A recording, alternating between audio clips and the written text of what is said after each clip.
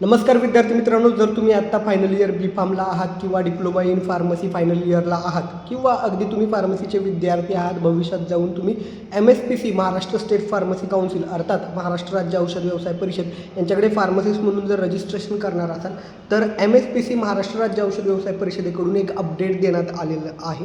त्यांनी एक पत्र, एक लेटर जारी केलेलं आहे. त्या लेटरमध्ये त्यांनी सांगितलेलं आहे की येणाऱ्या काळामध्ये जी रजिस्ट्रेशनची प्रोसेस आहे ती इथून पुढं अधिक सोपी होणार आहे. यापूर्वी कसं होतं, आपल्याला रजिस्ट्रेशन करत असताना या ठिकाणी कॉलेजची आयडेंटिटी स्लिप लागायची, काही या ठिकाणी स्टॅम्पवरती काही गोष्टी लिहून द्यायला लागायच्या, अधिकचे खूप सारे कागदपत्र लागायचे.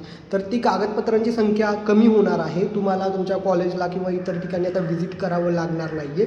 तुम्हाला फक्त रजिस्ट्रेशन करत असताना सुरुवातीला डिजिलॉकरचं अकाउंट तिथे लिंक करून रजिस्ट्रेशन करून घ्यायचं आहे, अकाउंट क्रिएट करून घ्यायचं आहे आणि त्यानंतर डिजिलॉकरच्या मदतीनं तुमचे जे डॉक्युमेंट आणि तुमचे जे काही इतर कागदपत्र आहेत ती या ठिकाणी घेतली जाणार आहेत. म्हणजे थोडक्यात काय, तुम्हाला फक्त एक अंडरटेकिंग अपलोड करायचं आहे. बाकीचं तुम्हाला कॉलेजमध्ये आयडेंटिटी स्लिप आणायला किंवा इतर तुमचं काही स्टॅम्प पेपरवरती काही गोष्टी लिहून देणं असणं, ह्या गोष्टी लागणार नाही आहेत. शिवाय परराज्यातून, इतर राज्यातून जे रजिस्ट्रेशन करायला येतील त्यांना देखील ही प्रोसेस थोडीशी इझी होईल. फक्त त्यांना त्या ठिकाणी त्यांचं जे काही इथे महाराष्ट्रातलं रहिवासीचं प्रूफ आहे या गोष्टी लागणार आहेत. थोडक्यात काय, एक ते लेटर आहे, त्यामध्ये त्यांनी असं सांगितलेलं आहे की इथून पुढं रजिस्ट्रेशनच्या प्रोसेसमध्ये बदल होत आहे. तो बदल असा आहे की रजिस्ट्रेशन प्रोसेस अधिकची सोपी होणार आहे.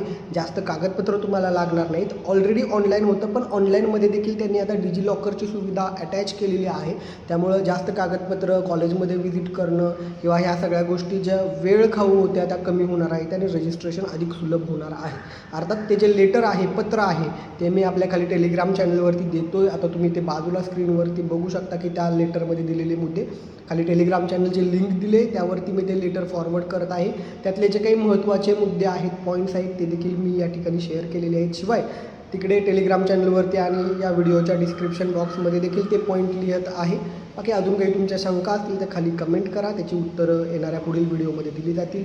ही माहिती आवडली असल्यास व्हिडिओला लाईक करायला आणि जे कोणी डी फार्म, बी फार्मचे विद्यार्थी असतील, फायनल इयरचे विद्यार्थी असतील, ज्यांचं नुकतंच आता रजिस्ट्रेशन करायचं आहे, त्यांच्यासोबत हे महत्त्वाचं अपडेट शेअर करायला विसरू नका. आणखीन एक महत्त्वाचा मुद्दा, डिजिलॉकरला तुमचा मोबाईल नंबर व्यवस्थित लिंक असणं गरजेचं आहे. आधारशी कनेक्टेड मोबाईल नंबर बऱ्याचदा लागतो.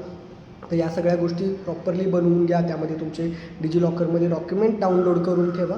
ही प्रोसेस करून घ्या, कारण भविष्यात फक्त केवळ MSPCचं रजिस्ट्रेशन नाही, इतर अनेक ठिकाणी डिजिलॉकरद्वारे तुमच्या प्रोसेस सुरळीत सुलभ होणार आहेत. होपसो दिलेली माहिती आवडली असेल. माहिती आवडली असल्यास व्हिडिओला लाईक करायला आणि सर्वांसोबत ही माहिती शेअर करायला विसरू नका. धन्यवाद. थँक्यू.